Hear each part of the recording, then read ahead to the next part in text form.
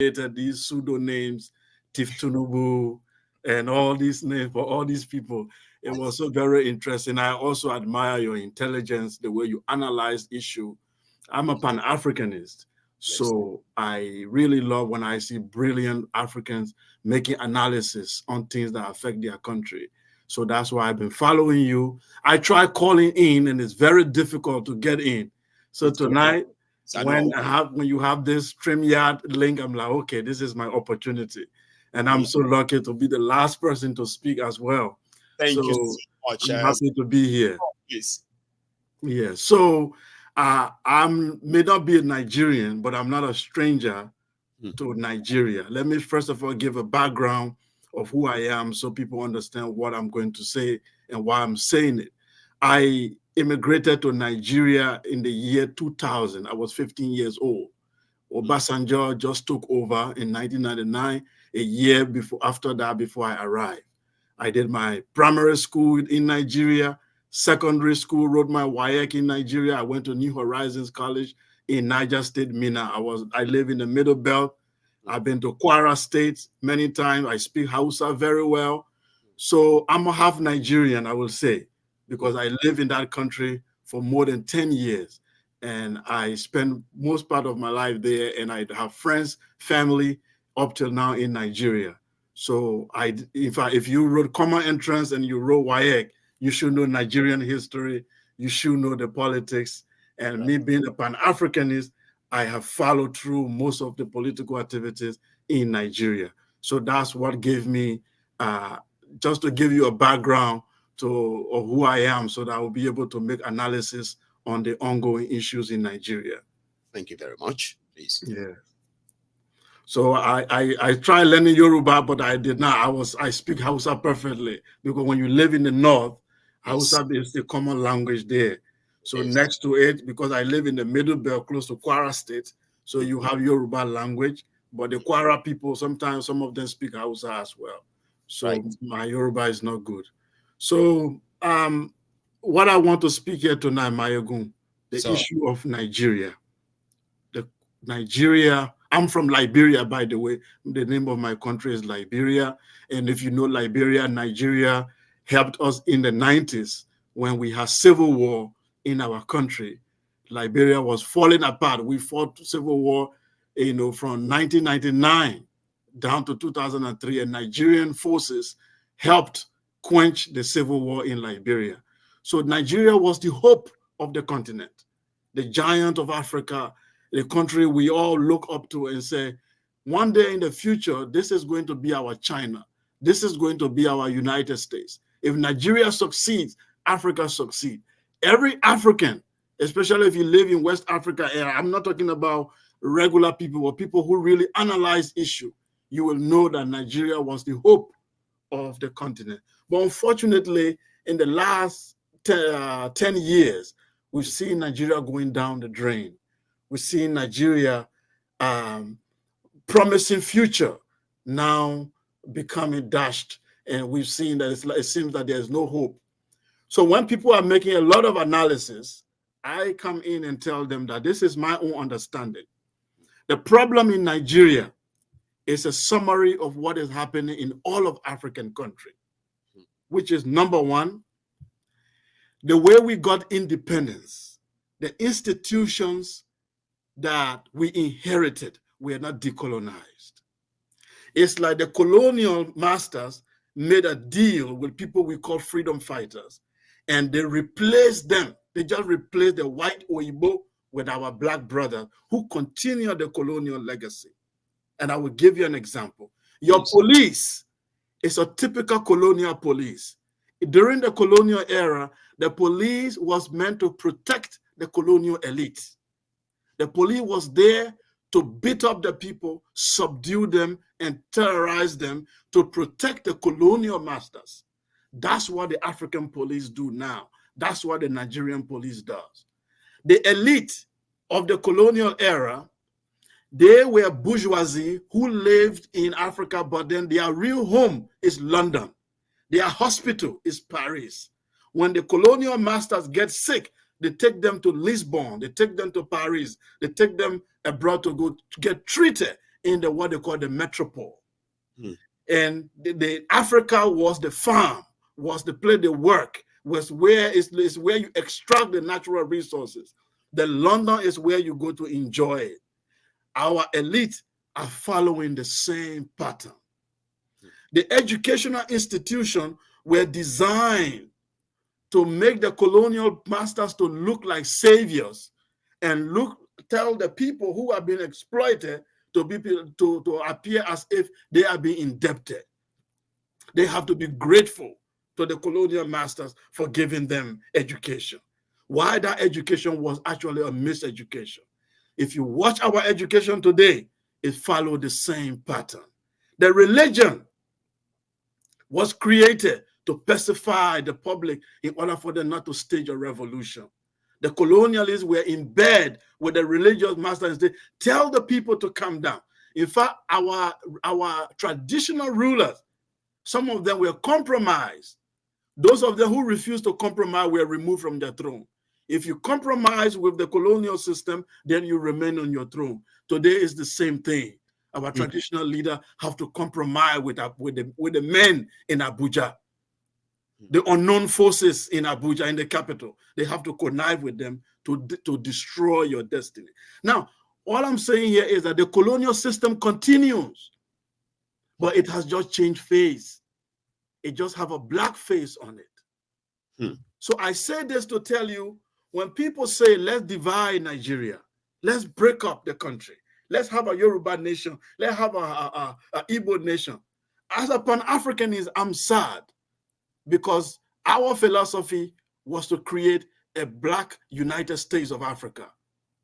So when we see now that a country like Nigeria cannot survive, that means that our theory has been debunked. But here is what we tell people.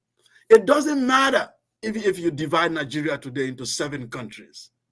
The same elite who are in bed with London, who are in bed with these forces in Europe, they will be the same elite who will take over this country. Example, South Sudan and Sudan. Did South Sudan become better after they broke out from Sudan? I don't think so. Many countries are broken up in Africa after independence, but it was the same elite who were transported to the new country. The main people who wanted actual freedom were killed, were removed. Those who wanted real transformation were replaced with the bourgeoisie. Then the second thing I want to say, the forces, the internal forces that are working in African countries are against the people. If you look at Nigeria very well today, you can determine the future of Nigeria by looking at the forces that are controlling Nigeria. What are these internal forces? One, the religious group. I grew up in northern Nigeria. I went to school there. I was born a Muslim. I studied the Quran. I went to, if you have been to Niger State, Mina, if you know the institution called RET, Islamic Education Trust in Mina, controlled by Sheikh Ahmed Lemu. Those are the people that brought me up. They gave me scholarship. I went to that school in New Horizons College. I graduated there. I learned the Quran. I was a Muslim until I started traveling, and I decided to put religion aside. What I saw in northern Nigeria is that these people were colonized twice. They were first colonized by the Sokoto Caliphate through the Islamic Revolution. They were still under that colonialism, then the British colonialism came. So they are not in alignment with you in the South. You don't understand.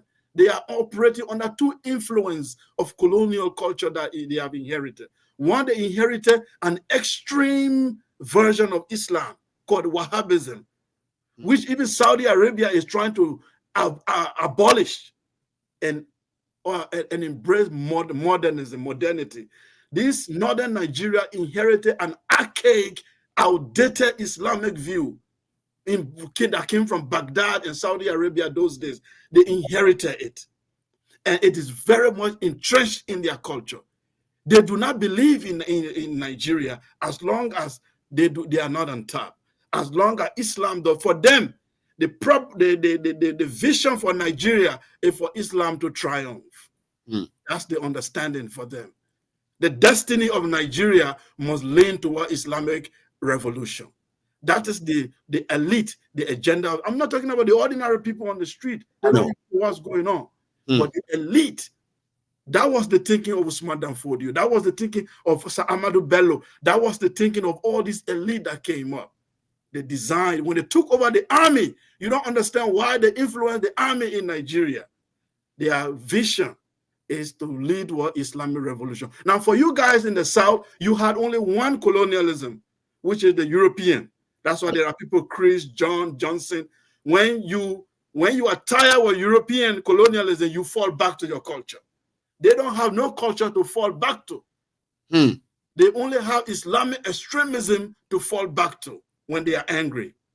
That's why every riot in the North take an Islamic tone. Any fight, any fighting has to take an Islamic tone. They do not have any ideology or philosophy to fight with other than Islam. And this make you guys to live in two different planets, but yet you are trying to build a country. For me, even as a Pan-Africanist who want Africa to be together, I can tell you that northern and southern Nigeria cannot survive. I'm sorry to tell everyone, it will not survive. I'm going to ask Sekou, just for you to take a breath. You are indeed surprised a lot of us tonight. And when I say surprised, not because of the detailed in-depth of your own understanding of Nigeria, but the fact that we weren't expecting this long sort of, reorientation kind of. A lot of people were glued that it is actually coming from someone who is not a Nigerian. You sort of mesmerized us.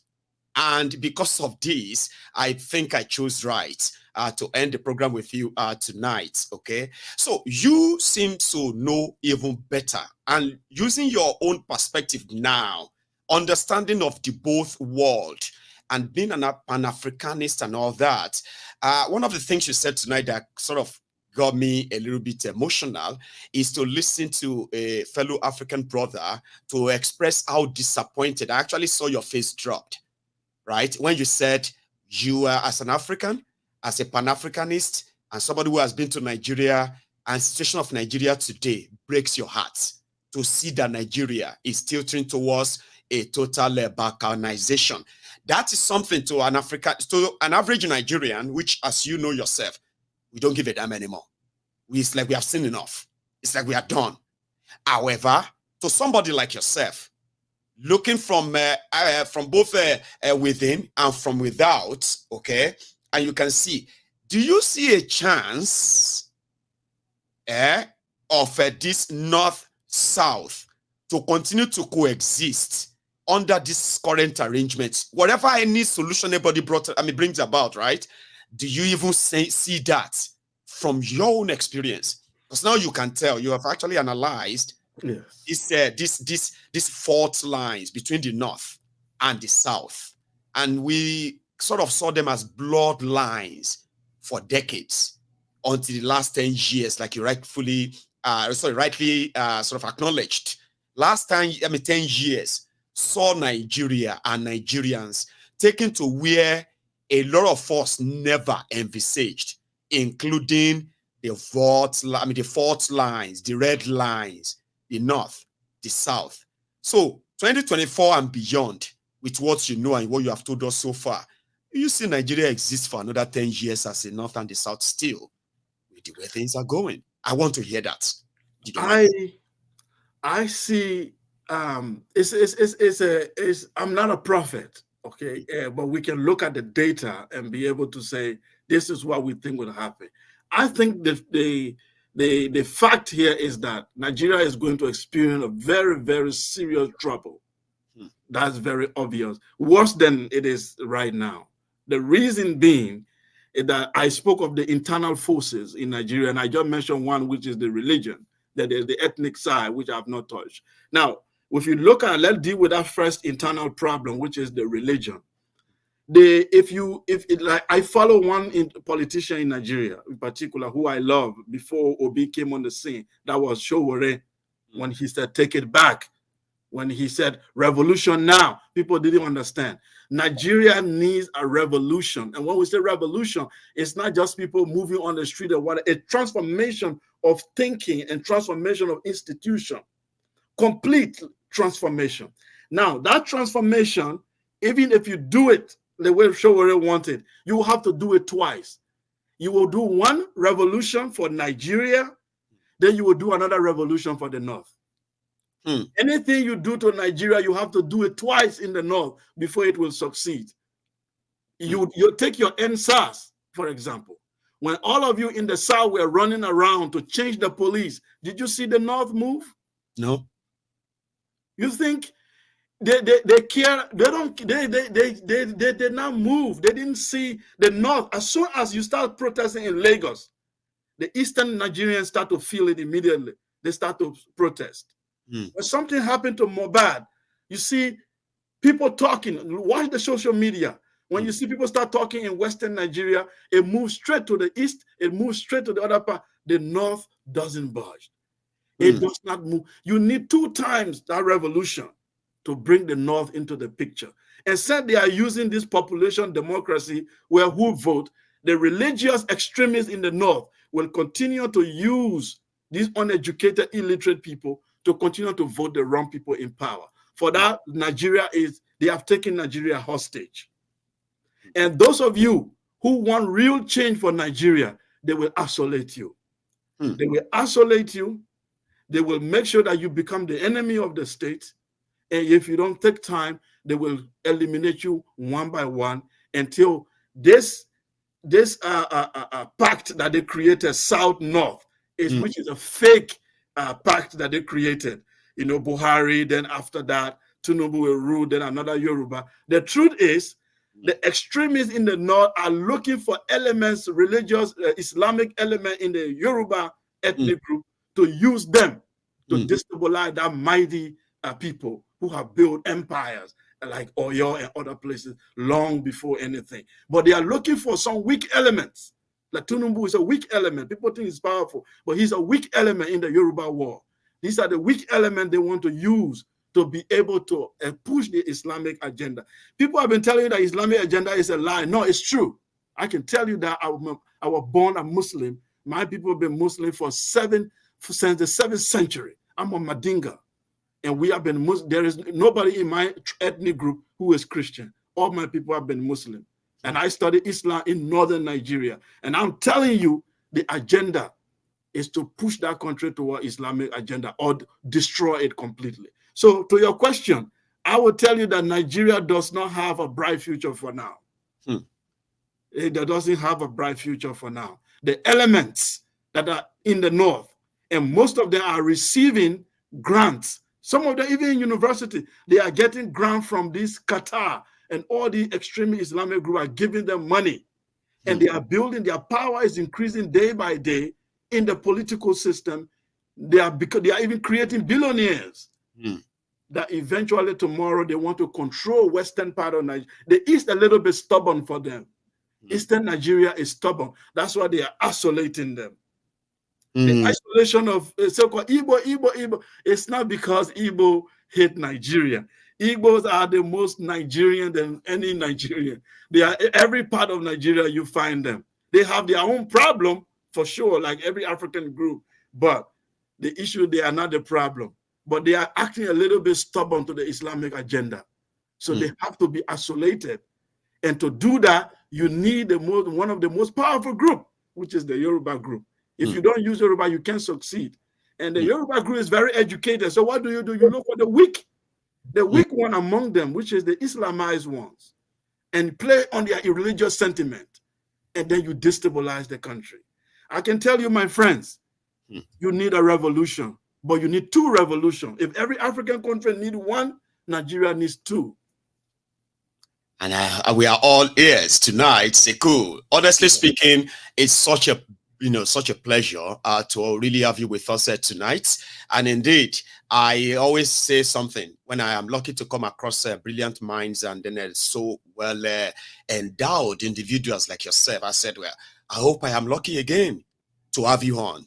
Or I'll always be on the People Parliament. I'll be following now. No, trust me. You know what? Something I've discovered there, or I am using this as an experiment as well, right? 2024 is going to have a proper sort of a well-organized studio than this. And people like yourself, we would love to keep you on a retainer where you can always chip in, where you can speak to a demography of different part of the audience who needs to know things from other wider perspectives and all that. So I hope I am lucky again to still speak to you again. Thank you so much Bless for you, brother. tonight. You stay Thank safe, you. right? And you have a Thank good one, sir. Thank you. That's some blessings there. I didn't see that coming, but I had something in me telling me that this one on my screen is special, starting with the name. You see, when I see other African brothers, right, they will present themselves as a Pan-Africanist. You see,